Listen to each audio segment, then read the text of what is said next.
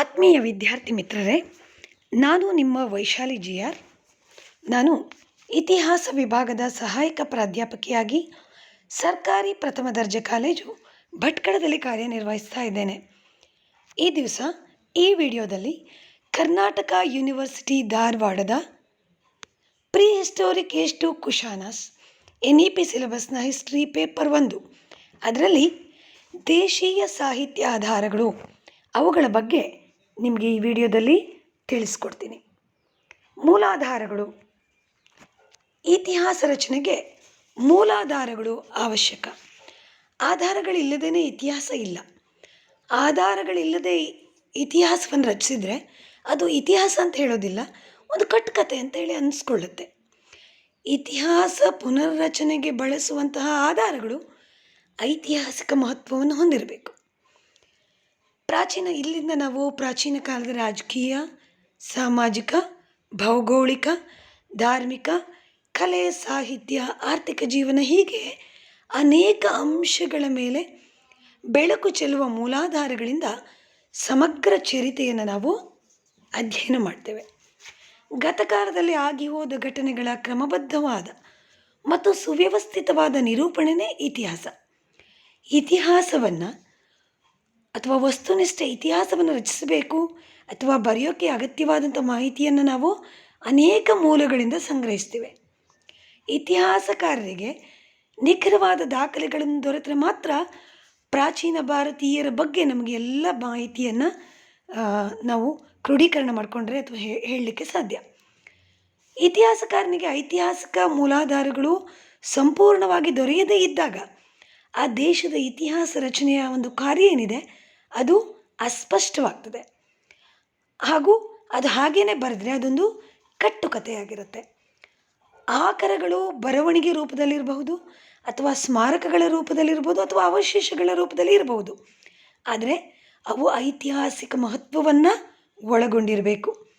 ಭಾರತದ ಇತಿಹಾಸವನ್ನು ರಚಿಸೋಕ್ಕೆ ಹೇರಳವಾದಂತಹ ಆಕರಗಳು ನಮಗೆ ದೊರೆತಿದ್ದಾವೆ. ಮೂಲಾಧಾರಗಳನ್ನು ನಾವು 2 ವಿಧಗಳಾಗಿ ಮಾಡ್ಬೋದು. ಒಂದು ಸಾಹಿತ್ಯಿಕ ಆಧಾರ ಅಥವಾ ಲಿಟ್ರರಿ ಸೋರ್ಸಸ್ ಅಥವಾ ಲಿಖಿತ ಆಧಾರ ಅಂತ ನಾವು ಕರಿತೀವಿ. ಎರಡನೇದು ಪ್ರಾಚ್ಯ ಅಥವಾ ಪ್ರಾಕ್ತನ ಆಧಾರಗಳು ಅಥವಾ ಆರ್ಕಿಯಾಲಜಿಕಲ್ ಸೋರ್ಸಸ್ ಅಂತ ಹೇಳಿ ಕರಿತೀವಿ. ಇವಕ್ಕೆ ಅಲಿಖಿತ ಆಧಾರಗಳು ಅಂತ ಕೂಡ ಇದನ್ನು ಕರಿತೀವಿ. ಇದೆರಡು ಮೂಲಾಧಾರಗಳ 2 ವಿಧಗಳು. ಈಗ ನಾವು ಒಂದನೇ ತಗೊಂಡು ಸಾಹಿತ್ಯಾಧಾರವನ್ನು ತಗೊಂಡ್ರೆ, ಸಾಹಿತ್ಯಾಧಾರದಲ್ಲಿ ಮತ್ತೆರಡು ವಿಧವನ್ನು ಮಾಡ್ತೇವೆ. ಒಂದು ಇಂಡೋಜಿನಿಯಸ್ ಸೋರ್ಸಸ್ ಅಥವಾ ದೇಶೀಯ ಸಾಹಿತ್ಯಾಧಾರ, ಇನ್ನೊಂದು ವಿದೇಶಿಯ ಸಾಹಿತ್ಯಾಧಾರ ಅಥವಾ ವಿದೇಶಿಯ ಬರವಣಿಗೆಗಳು ಅಥವಾ foreign sources or foreign accounts ಅಂತ ಕೂಡ 2 ಡಿವೈಡ್ ಆಗಿ ಮಾಡ್ತೀವಿ. ಈಗ ಪುರಾತತ್ವ ಆಧಾರ, 2ನೇ ಆಧಾರದಲ್ಲಿ ನಾವು ನೋಡಿದಾಗ ಪುರಾತತ್ವ ಆಧಾರದಲ್ಲಿ ನಾವು 4 ವಿಭಾಗವಾಗಿ ಮಾಡ್ಬೋದು. ಒಂದು ಶಾಸನಗಳು ಅಥವಾ ಇನ್ಸ್ಕ್ರಿಪ್ಷನ್ಸ್, ಭೂ ಉತ್ಖನನಗಳು ಅಥವಾ ಎಕ್ಸ್ಕವೇಷನ್ಸ್, ನಾಣ್ಯಗಳು ಅಥವಾ ಕಾಯಿನ್ಸ್, ಸ್ಮಾರಕಗಳು ಅಥವಾ ಮಾನ್ಯುಮೆಂಟ್ಸ್. ಇವು ಪುರಾತತ್ವ ಆಧಾರದ 4 ವಿಧಗಳಾಗಿದೆ. ಹಾಗಾದರೆ ಸಾಹಿತ್ಯ ಆಧಾರದಲ್ಲಿ ನಮಗೆ ಏನೆಲ್ಲ ಮಾಹಿತಿ ಸಿಕ್ಕತ್ತೆ, ಇತಿಹಾಸವನ್ನು ರಚನೆ ಮಾಡುವಲ್ಲಿ ಅವು ಹೇಗೆ ನಮಗೆ ಸಹಾಯಕ ಆಗಿದೆ ಅನ್ನೋದನ್ನು ನಾವು ಇಲ್ಲಿ ನೋಡೋಣ. ಸಾಹಿತ್ಯ ಆಧಾರಗಳು ಇತಿಹಾಸ ರಚನೆಯಲ್ಲಿ ನಿರ್ಣಾಯಕವಾದಂಥ ಪಾತ್ರವನ್ನು ವಹಿಸುತ್ತೆ. ಪ್ರಾರಂಭದಲ್ಲಿ ಏನು ಮಾಡ್ತಾಯಿದ್ರು, ಮರಳಿನ ಮೇಲೆ, ಮರದ ತೊಗಟೆ ಮೇಲೆ, ಎಲೆ, ಬಟ್ಟೆ, ಚರ್ಮ, ಮರದ ಹಲಗೆಯ ಮೇಲೆ ಬರೆಯುವಂಥ ಒಂದು ರೂಢಿ ಪ್ರಾರಂಭದಲ್ಲಿ ಇತ್ತು. ಹಾಗಾದರೆ ಯಾವೆಲ್ಲ ಸಾಹಿತ್ಯ ಆಧಾರಗಳು ನಮಗೆ ಭಾರತದ ಇತಿಹಾಸವನ್ನು ತಿಳಿಲಿಕ್ಕೆ ಸಾಧ್ಯ ಆಗುತ್ತೆ? ನಾವು ಆಗಲೇ ಹೇಳಿದ್ದೀವಿ, ಸಾಹಿತ್ಯ ಆಧಾರದಲ್ಲಿ 2 ವಿಧ. ಒಂದು ದೇಶೀಯ ಸಾಹಿತ್ಯ ಆಧಾರ ಅಂತ ಮಾಡ್ಕೊಂಡ್ವಿ, ವಿದೇಶಿ ಸಾಹಿತ್ಯ ಆಧಾರ ಅಂತ ಮಾಡ್ಕೊಂಡಿದ್ದೀವಿ. ದೇಶೀಯ ಸಾಹಿತ್ಯ ಆಧಾರ ಬ್ರಾಹ್ಮಿ ಲಿಪಿ, ಸಂಸ್ಕೃತ, ಪ್ರಾಕೃತ, ಪಾಲಿ ಭಾಷೆಗಳಲ್ಲಿ ಹೆಚ್ಚಿನ ಸಾಹಿತ್ಯ ಕೃತಿಗಳನ್ನು ನಾವು ನೋಡ್ಬೋದು. ಈಗ ದೇಶೀಯ ಸಾಹಿತ್ಯಾಧಾರಗಳ ಬಗ್ಗೆ ನಾವು ಈ ವಿಡಿಯೋದಲ್ಲಿ ಕಾನ್ಸಂಟ್ರೇಷನ್ ಮಾಡೋಣ. ದೇಶೀಯ ಸಾಹಿತ್ಯಾಧಾರವನ್ನು ಅಧ್ಯಯನದ ಅನುಕೂಲತೆಗಾಗಿ 3 ವಿಭಾಗವಾಗಿ ವರ್ಗೀಕರಿಸಬಹುದು. ದೇಶೀಯ ಸಾಹಿತ್ಯಾಧಾರವನ್ನು ಧಾರ್ಮಿಕ ಸಾಹಿತ್ಯಾಧಾರಗಳು, ಯಾವುದೋ ಒಂದು ಧರ್ಮಕ್ಕೆ ಸಂಬಂಧಪಟ್ಟ ಹಾಗೆ, ಐತಿಹಾಸಿಕ ಮಹತ್ವವುಳ್ಳಂತಹ ಅಥವಾ ಐತಿಹಾಸಿಕ ಸಾಹಿತ್ಯಾಧಾರಗಳು, ವೈಜ್ಞಾನಿಕ ಸಾಹಿತ್ಯಾಧಾರಗಳು, ಹೀಗೆ 3 ಭಾಗವಾಗಿ ನಾವು ದೇಶೀಯ ಸಾಹಿತ್ಯಾಧಾರವನ್ನು ಡಿವೈಡ್ ಮಾಡ್ಬೋದು. ಹಾಗಾದರೆ ಧಾರ್ಮಿಕ ಸಾಹಿತ್ಯಾಧಾರಗಳಲ್ಲಿ ಯಾವುದೆಲ್ಲ ಬರ್ತದೆ ಅನ್ನೋದನ್ನು ನಾವು ನೋಡೋಣ. ದೇಶೀಯ ಸಾಹಿತ್ಯಿಕ ಕೃತಿಗಳು ಅಂತ ಹೇಳಿದರೆ ವೇದ ಕಾಲದಿಂದ ಇಂದಿನವರೆಗೆ ಸಂಸ್ಕೃತ, ಪ್ರಾಕೃತ, ಪಾಲಿ, ತಮಿಳು, ಕನ್ನಡ, ತೆಲುಗು, ಮಲಯಾಳಂ ಮುಂತಾದ ಭಾಷೆಗಳಲ್ಲಿ ಉಪಲಬ್ಧವಿರುವಂತಹ ಅಪಾರ ಸಂಖ್ಯೆಯ ಸಾಹಿತ್ಯ ಸಂಪತ್ತು. ಅವುಗಳನ್ನು ಸಾಮಾನ್ಯವಾಗಿ ನಾವು ಹೀಗೆ ಡಿವೈಡ್ ಮಾಡಿದಾಗ, ಈಗ ನಾವು ಧಾರ್ಮಿಕ ಸಾಹಿತ್ಯ ಆಧಾರದಲ್ಲಿ ನಾವು ಮತ್ತೆ ತಿಳ್ಕೊಳ್ಬೇಕಾಗಿದ್ದು ಅದರಲ್ಲಿ ವೈದಿಕ ಸಾಹಿತ್ಯ, ಬೌದ್ಧ ಸಾಹಿತ್ಯ ಹಾಗೆ ಜೈನ ಸಾಹಿತ್ಯ ಅಂತ ನಾವು ಡಿವೈಡ್ ಮಾಡ್ಕೊಳ್ಬೋದು. ಈ ವೈದಿಕ ಸಾಹಿತ್ಯದಲ್ಲಿ ಪ್ರಾಚೀನ ಭಾರತದ ಬಹುಪಾಲು ವೈದಿಕ ಸಾಹಿತ್ಯ ಸಂಸ್ಕೃತ ಭಾಷೆಯಲ್ಲಿ ಆ್ಯಕ್ಚುಲಾಗಿ ರಚನೆಗೊಂಡಿರುತ್ತೆ. ಅದು ಮತ್ತು ಹೆಚ್ಚಾಗಿ ಧರ್ಮ ಪ್ರಧಾನ ಆಗಿತ್ತು. ಕೆಲವು ಮಾತ್ರ ಲೌಕಿಕ ಸ್ವರೂಪದ್ದಾಗಿತ್ತು. ವೇದ ಕಾಲದಿಂದ ನಾಗರಿಕತೆಯ ಸಾಂಸ್ಕೃತಿಕ ಇತಿಹಾಸ ರಚನೆಗೆ ಒಂದು ಪ್ರಮುಖ ಆಕರಗಳು ಅಂತ ಹೇಳ್ಬೋದು. ಆರ್ಯ ದ್ರಾವಿಡರ ನಡುವಿನ ಸಂಘರ್ಷವನ್ನು ನಮಗೆ ತಿಳಿಯುತ್ತೆ. ಬ್ರಾಹ್ಮಣಗಳು, ಪುರಾಣಗಳು ವಿಪುಲವಾದಂತಹ ಚಾರಿತ್ರಿಕ ಸಂಗತಿಗಳನ್ನು ಕೂಡ ಹೊಂದಿದೆ ಅಂತ ಹೇಳ್ಬೋದು. ಮೌರ್ಯ, ಶುಂಗ, ಕಣ್ವ, ಶಾತವಾಹನ ಮತ್ತು ಗುಪ್ತ ವಂಶಗಳ ಬಗ್ಗೆ ಮಾಹಿತಿಯನ್ನು ನಮಗೆ ತಿಳಿಸುತ್ತೆ. ವಾಯುಪುರಾಣ, ಬ್ರಹ್ಮಾಂಡ ಪುರಾಣ, ವಿಷ್ಣು ಪುರಾಣ, ಮತ್ಸ್ಯ ಪುರಾಣ, ಭವಿಷ್ಯ ಪುರಾಣ, ಹೀಗೆ ಪುರಾಣಗಳು, ಅದರಲ್ಲಿ ಕೆಲವು ಗುಪ್ತರ ಅಧಿಕಾರಕ್ಕೆ ಬಂದಂಥ ಹಂತವನ್ನು, ಆಡಳಿತದ ಬಗ್ಗೆ ಎಲ್ಲ ಮಾಹಿತಿ ಕೊಡುತ್ತೆ. ರಾಮಾಯಣ ಮತ್ತು ಮಹಾಭಾರತಗಳು ವಿಪುಲ ಐತಿಹಾಸಿಕ ವಿಷಯಗಳನ್ನು ಒಳಗೊಂಡಿದೆ. ದಕ್ಷಿಣ ಭಾರತ ಇತಿಹಾಸ ರಚನೆಗೂ ಕೂಡ ಅದು ಅನುಕೂಲ ಆಗಿದೆ. ಅದರಲ್ಲಿ ನಾವೀಗ ಬೌದ್ಧ ಸಾಹಿತ್ಯ ತಗೊಂಡ್ರೆ ಕ್ರಿಸ್ತಪೂರ್ವ 6ನೇ ಶತಮಾನದಲ್ಲಿ ಏಳಿಗೆಗೆ ಬಂದಂತಹ ಬೌದ್ಧ ಧರ್ಮದ ಇತಿಹಾಸ ರಚನೆಗೆ ಮುಖ್ಯ ಆಧಾರಗಳೇ ಬೌದ್ಧ ಸಾಹಿತ್ಯಗಳು. ಅವುಗಳಲ್ಲಿ ತ್ರಿಪಿಟಕಗಳು ಮುಖ್ಯ ಆಗಿದೆ. ಅವು ಪಾಲಿ ಭಾಷೆಯಲ್ಲಿದೆ. ಉದಾಹರಣೆ ವಿನಯ ಪಿಟಕ, ಸುತ್ತ ಪಿಟಕ, ಅಭಿಧಮ್ಮ ಪಿಟಕ, ಇವು 3 ಕೂಡ.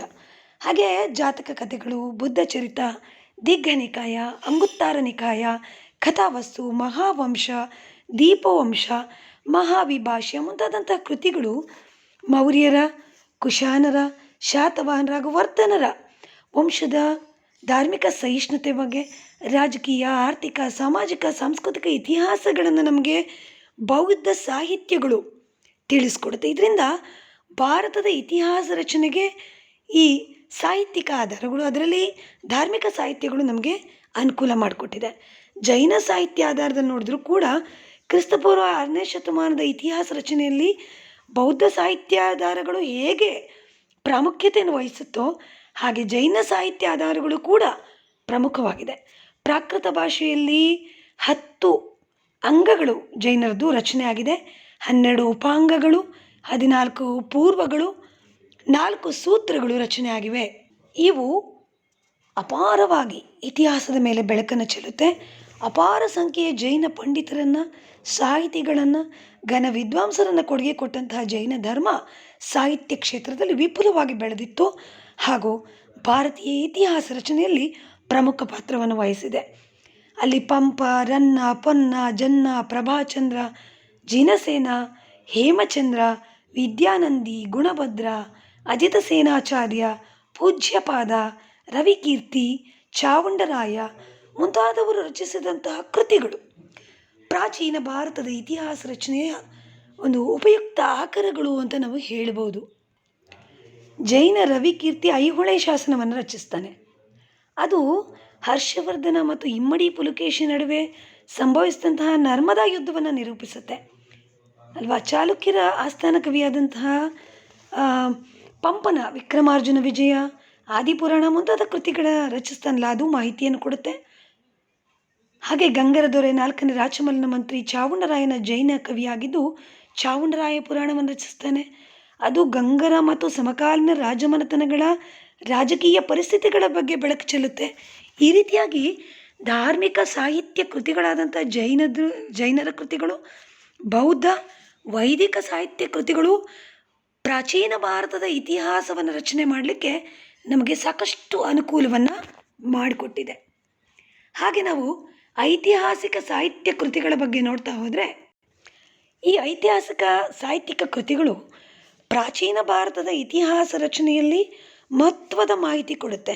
ಆದರೆ ಅವು ಐತಿಹಾಸಿಕ ದೃಷ್ಟಿಯನ್ನೇ ಕೇಂದ್ರವಾಗಿಟ್ಕೊಂಡು ರಚಿಸಿದಂತಹ ಕೃತಿಗಳಲ್ಲ. ಸಂಸ್ಕೃತ, ಪ್ರಾಕೃತ, ತಮಿಳು, ಕನ್ನಡ, ತೆಲುಗು ಭಾಷೆಗಳಲ್ಲಿ ರಚಿತವಾಗಿರುವ ಕೃತಿಗಳಿಂದ ಐತಿಹಾಸಿಕ ಮಹತ್ವದ ಮಾಹಿತಿಯನ್ನು ನಾವು ಆಯ್ದುಕೊಂಡಿದ್ದೇವೆ. ಅದನ್ನು ನೋಡಿದರೆ ಹರ್ಷಚರಿತ ಬಾಣಭಟ್ಟ ಬರೀತಾನೆ. ಗುಪ್ತರ ಕೊನೆಯ ಅರಸರು ಮತ್ತು ಪುಷ್ಯಭೂತಿಗಳ ನಡುವಣ ಸಂಬಂಧದ ಬಗ್ಗೆ ಅದರಲ್ಲಿ ಹೇಳ್ತಾನೆ. ಕಾಳಿದಾಸನ ಕೃತಿಗಳಾದಂತಹ ಅಭಿಜ್ಞಾನ ಶಾಕುಂತಲ, ವಿಕ್ರಮೋರ್ವಶೀಯಂ, ಮಾಳವಿಕಾಗ್ನಿ ಮಿತ್ರ ಅಂತಕ್ಕಂಥ ನಾಟಕಗಳು, ಮೇಘದೂತ, ಋತು ಸಂಹಾರದಂತಹ ಖಂಡ ಮಹಾಕಾವ್ಯಗಳು, ಹಾಗೂ ಕುಮಾರ ಸಂಭವ ಮತ್ತು ರಘುವಂಶದಂತಹ ಮಹಾಕಾವ್ಯಗಳು, ಮುದ್ರಾ ರಾಕ್ಷಸ ವಿಶಾಖದತ್ತನಿಂದ ರಚನೆ ಆಯಿತು. ಗುಪ್ತ ರಾಜ್ಯದ ಸ್ಥಾಪನೆಯ ಕಾಲದ ರಾಜಕೀಯ ಸ್ಥಿತಿಗತಿಯನ್ನು ಇದು ಹೇಳ್ತದೆ ನಮಗೆ. ಹಾಗೆಯೇ ಮೌರ್ಯ ದೊರೆ ಚಂದ್ರಗುಪ್ತನ ಕಾಲದಲ್ಲಿ ಕೌಟಿಲ್ಯನಿಂದ ರಚಿತವಾದಂತಹ ಅರ್ಥಶಾಸ್ತ್ರ, ಇದೊಂದು ಅಮೂಲ್ಯ ಹಾಗೂ ಅದ್ವಿತೀಯ ಶುದ್ಧ ಚಾರಿತ್ರಿಕ ಗ್ರಂಥ ಅಂತ ಹೇಳ್ತೀವಿ ನಾವು. ಅಥೆಂಟಿಕ್ ಸೋರ್ಸ್ ಅಂತ ಹೇಳ್ಬೋದು. ಇದು ಮೌರ್ಯರ ಕಾಲದ ಇತಿಹಾಸದ ಮೇಲೆ ಬೆಳಕು ಚೆಲ್ಲುತ್ತೆ. ಹಾಗೆ ಮುದ್ರಾ ರಾಕ್ಷಸವನ್ನು ನಾವು ನೋಡಿದ್ವಿ. ಅದು ಕೂಡ ಸಂಸ್ಕೃತ ಒಂದು ಸಾಹಿತ್ಯದಲ್ಲಿಂದ ಅತ್ಯಂತ ಶ್ರೇಷ್ಠ ಐತಿಹಾಸಿಕ ನಾಟಕ ಅಂತ ಹೇಳ್ಬೋದು ನಾವು. ಕಲ್ಹಣನ ರಾಜತರಂಗಿಣಿ, ಇದು ಒಂದು ಐತಿಹಾಸಿಕ ಗ್ರಂಥ ಅಂತ ಪರಿಗಣಿಸಲ್ಪಟ್ಟಿದೆ. ಕಾಶ್ಮೀರದ ಇತಿಹಾಸವಂತ ತಿಳಿಸುವಂತಹ ಏಕಮೇವ ಕೃತಿ ಅಂದರೆ ಇದು ಕಲ್ಹಣನ ರಾಜತರಂಗಿಣಿ. ಅಶೋಕ, ಅವನ ಧರ್ಮ, ಆಡಳಿತ ವ್ಯವಸ್ಥೆ ಮುಂತಾದನ್ನು ಕೂಡ ತಿಳಿಸ್ತದೆ. ಶಾತವಾಹನ ದೊರೆ ಬರೆದಂತಹ ಹಾಲಿನಿಂದ ರಚಿತವಾದಂತಹ ಗಾಥಾ ಸಪ್ತಶತಿ, ಧಾರ್ಮಿಕ, ರಾಜಕೀಯ ಮತ್ತು ಸಾಮಾಜಿಕ ಸ್ಥಿತಿಗತಿಗಳ ವರ್ಣನೆ ಅವರ ಕಾಲದ್ದು, ಶಾತವಾಹನರ ಕಾಲದ ಬಗ್ಗೆ ಮಾಹಿತಿ ಕೊಡುತ್ತೆ. ಗುಪ್ತರ ಕಾಲದಲ್ಲಿ ನಾವು ನೋಡಿದ್ವಿ. ಹಾಗೆಯೇ ಮಾಲವಿಕಾಗ್ನಿ ಮಿತ್ರವನ್ನು ನೋಡಿದ್ವಿ. ಆದ ನಾಟಕದಲ್ಲಿ ವಿದೇಶ ಮತ್ತು ವಿದರ್ಭ ರಾಜ್ಯಗಳ ನಡುವಿನ ಯುದ್ಧದ ಇತಿಹಾಸವನ್ನು ತಿಳಿಸುತ್ತೆ. ಹಾಗೂ ಶಂಭು ದೊರೆಗಳಿಂದ ಗ್ರೀಕರು ಸಿಂಧೂ ನದಿ ದಂಡೆಯ ಮೇಲೆ ಹೇಗೆ ಸೋತರು ಅದನ್ನು ಹೇಳುತ್ತೆ. ಭಾರವಿಯ ಕಿರಾತಾರ್ಜುನ ವಿಜಯ ಮತ್ತು ದಂಡಿಯ ಅವಂತಿ ಸುಂದರಿ ಕಥಾ, ಇವುಗಳನ್ನು ಐತಿಹಾಸಿಕ ಮಾಹಿತಿ ನಮಗೆ ಲಭ್ಯ ಆಗತ್ತೆ. ಈ ಬಾಣಭಟ್ಟನಿಂದ ರಚಿತವಾದಂತಹ ಹರ್ಷಚರಿತ ಏನಿದೆ, ಆರಂಭದಲ್ಲಿ ಲೇಖಕನ ಬಗೆಗೆ ವಿವರ ಹಾಗೂ ಸಮಕಾಲೀನ ಲೇಖಕರ ಬಗ್ಗೆ ಮಾಹಿತಿ ಇದೆ. ನಂತರ ತಾನೇಶ್ವರದ ವರ್ಣನೆ, ಪುಷ್ಯಭೂತಿಯಿಂದ ಹರ್ಷವರ್ಧನವರೆಗೆ ಚರಿತ್ರೆ, ರಾಜವರ್ಧನ, ಹರ್ಷ ಹಾಗೂ ರಾಜಶ್ರೀಯ ಜನನ, ರಾಜವರ್ಧನ್ನಿಂದ ಹೂಣರ ಮೇಲೆ ಆಗಿರ್ತಕ್ಕಂಥ ದಾಳಿ, ಗೃಹವರ್ಮನ ಸಾವು, ರಾಜಶ್ರೀಯ ಬಂಧನದ ಬಗ್ಗೆ ಇರ್ಬೋದು, ರಾಜವರ್ಧನ ಮಾಳ್ವದ ಮೇಲೆ ದಾಳಿ ಮಾಡಿದ್ದು, ಶಶಾಂಕನಿಂದ ರಾಜವರ್ಧನ ಕೊಲೆ ಆಗಿರುವಂಥದ್ದು, ಹರ್ಷನ ಸೈನಿಕ ಚಟುವಟಿಕೆಗಳು, ರಾಜಶ್ರೀಯನ್ನು ಹುಡುಕಿರುವಂಥದ್ದು, ವಿಂಧ್ಯ ಪರ್ವತದಲ್ಲಿನ ಧಾರ್ಮಿಕ ಚಟುವಟಿಕೆಗಳು, ರಾಜಶ್ರೀಯ ಅಗ್ನಿ ಪ್ರವೇಶ ಮಾಡಲಿಕ್ಕೆ ಹೋಗೋ ಸಂದರ್ಭ ಅದನ್ನು ಹರ್ಷ ಅವಳನ್ನು ಕಾಪಾಡಿದಂಥ ವರ್ಣನೆ ಇರ್ಬೋದು. ಹೀಗೆ ಅದರಲ್ಲಿ ಸಾಕಷ್ಟು ಮಾಹಿತಿಯನ್ನು ಒಳಗೊಂಡಿದೆ. ಇಲ್ಲಿಗ ಹರ್ಷಚರಿತ ಏನಿದೆ ಅದರ ಮಾಹಿತಿ ಮುಗಿಯುತ್ತೆ. ಆದರೆ ಅವರ ವಂಶದ ಇತಿಹಾಸ ಬಗ್ಗೆ ಇರುವಂಥ ಒಂದು ಅಮೂಲ್ಯವಾದಂತಹ ಆಕರ ಅಂದರೆ ಇದು. ಹಾಗೆ ಪ್ರಾಚೀನ ತಮಿಳು ಭಾಷೆಯ ಅವಳಿ ಮಹಾಕಾವ್ಯ ಅಂತ ಕರಿತೀವಲ್ಲ ನಾವು, ಮಣಿಮೇಖಲೆ ಮತ್ತು ಶಿರಪ್ಪಾಧಿಕಾರಂ ಗ್ರಂಥಗಳು ಹೆಚ್ಚು ಐತಿಹಾಸಿಕ ಮಹತ್ವವನ್ನು ನಮಗೆ ಒದಗಿಸುತ್ತೆ. ಈ ಗ್ರಂಥಗಳು ಜನರ ಧಾರ್ಮಿಕ ಮತ್ತು ಸಾಮಾಜಿಕ ಜೀವನದ ಸ್ಥಿತಿಗತಿಗಳನ್ನು ತಿಳಿಸುತ್ತೆ. ರಾಜಕೀಯ ಜೀವನಕ್ಕೆ ಸಂಬಂಧಿಸಿದ ಹಾಗೆ ಪಾಂಡ್ಯ, ಚೇರ, ಚೋಳ ಮನೆತನಗಳ ವರ್ಣನೆ ಅದರಲ್ಲಿದೆ. ಅನಂತರದಲ್ಲಿ ಜಯಗೊಂಡರ್ ಕವಿ ಬರೆದಂತಹ ಕಳಿಂಗ ತುಪ್ಪಾರಣೆ ಅಂತಕ್ಕಂಥ ಕೃತಿ 1ನೇ ಕುಲತ್ತುಂಗ ಚೋಳನ ಪ್ರಮುಖ ವಿಜಯಗಳನ್ನು ಹೇಳುತ್ತೆ. ಪಲ್ಲವ ದೊರೆ ಮಹೇಂದ್ರ ವರ್ಮನ ಮತ್ತು ವಿಲಾಸ ಪ್ರಹಸನ ಧಾರ್ಮಿಕ ಅಂದಿನ ಪಲ್ಲವರ ಧಾರ್ಮಿಕ ಸ್ಥಿತಿಗತಿಯನ್ನು ಸೂಚಿಸುತ್ತೆ. ಕನ್ನಡ ಭಾಷೆಯಲ್ಲಿ ರಚನೆಯಾದಂತಹ ಕವಿರಾಜ ಮಾರ್ಗ ಕನ್ನಡ ನಾಡಿನ ಭೌಗೋಳಿಕ ಮೇರೆ, ಭಾಷೆಯ ಬೆಳವಣಿಗೆ ಮತ್ತು ಜನರ ನಡೆ ನುಡಿಗಳನ್ನು ತಿಳಿಸುತ್ತೆ.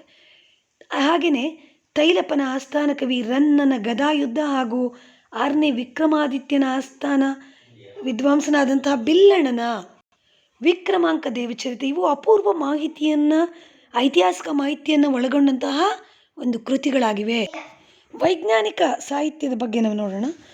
ಪ್ರಾಚೀನ ಕಾಲದಲ್ಲಿ ಅನೇಕ ವಿಜ್ಞಾನಿಗಳು ಅಥವಾ ವೈಜ್ಞಾನಿಕ ಕೃತಿಗಳು ರಚನೆಗೊಂಡು ಅಂತ ಹೇಳ್ಬೋದು. ವೈಜ್ಞಾನಿಕವಾಗಿ ಅಥವಾ ವಿಜ್ಞಾನಿಗಳು ಈ ಒಂದು ಅವರ ಒಂದು ಅಸ್ತಿತ್ವ ಇತ್ತು ಅನ್ನೋದು ನಮಗೆ ಗೊತ್ತಾಗುತ್ತೆ. ಇತಿಹಾಸ ರಚನೆಗೆ ಉಪಯುಕ್ತ ಮಾಹಿತಿಯನ್ನು ಇವು ವೈಜ್ಞಾನಿಕ ಸಾಹಿತ್ಯಗಳು ನಮಗೆ ನೀಡುತ್ತೆ. ಚರಕನ ಚರಕ ಸಂಹಿತೆ, ಶುಶ್ರುತನ ಶುಶ್ರುತ ಸಂಹಿತೆ, ವರಾಹ ಮಿಹಿರನ ಪಂಚಸಿದ್ಧಾಂತ, ಬೃಹತ್ ಜಾತಕ, ಆರ್ಯಭಟನ ಆರ್ಯಭಟೀಯಂ, ಮಹಾವೀರಾಚಾರ್ಯನ ಗಣಿತ ಸಾರ ಸಂಗ್ರಹ ಕೃತಿಗಳು ಪ್ರಾಚೀನ ಕಾಲದ ವೈದ್ಯಶಾಸ್ತ್ರ, ವಿಜ್ಞಾನ, ತಂತ್ರಜ್ಞಾನದ ಬಗ್ಗೆ ನಮಗೆ ಮಾಹಿತಿಯನ್ನು ಕೊಡುತ್ತೆ. ವಾಗ್ಭಟನ ಅಷ್ಟಾಂಗ ಸಂಗ್ರಹ, ಅಷ್ಟಾಂಗ ಹೃದಯ, ಶುಶ್ರುತನ ಶುಶ್ರುತ ಸಂಹಿತೆ ಆಲ್ರೆಡಿ ಹೇಳಿದ್ದೀನಿ ನಾನು.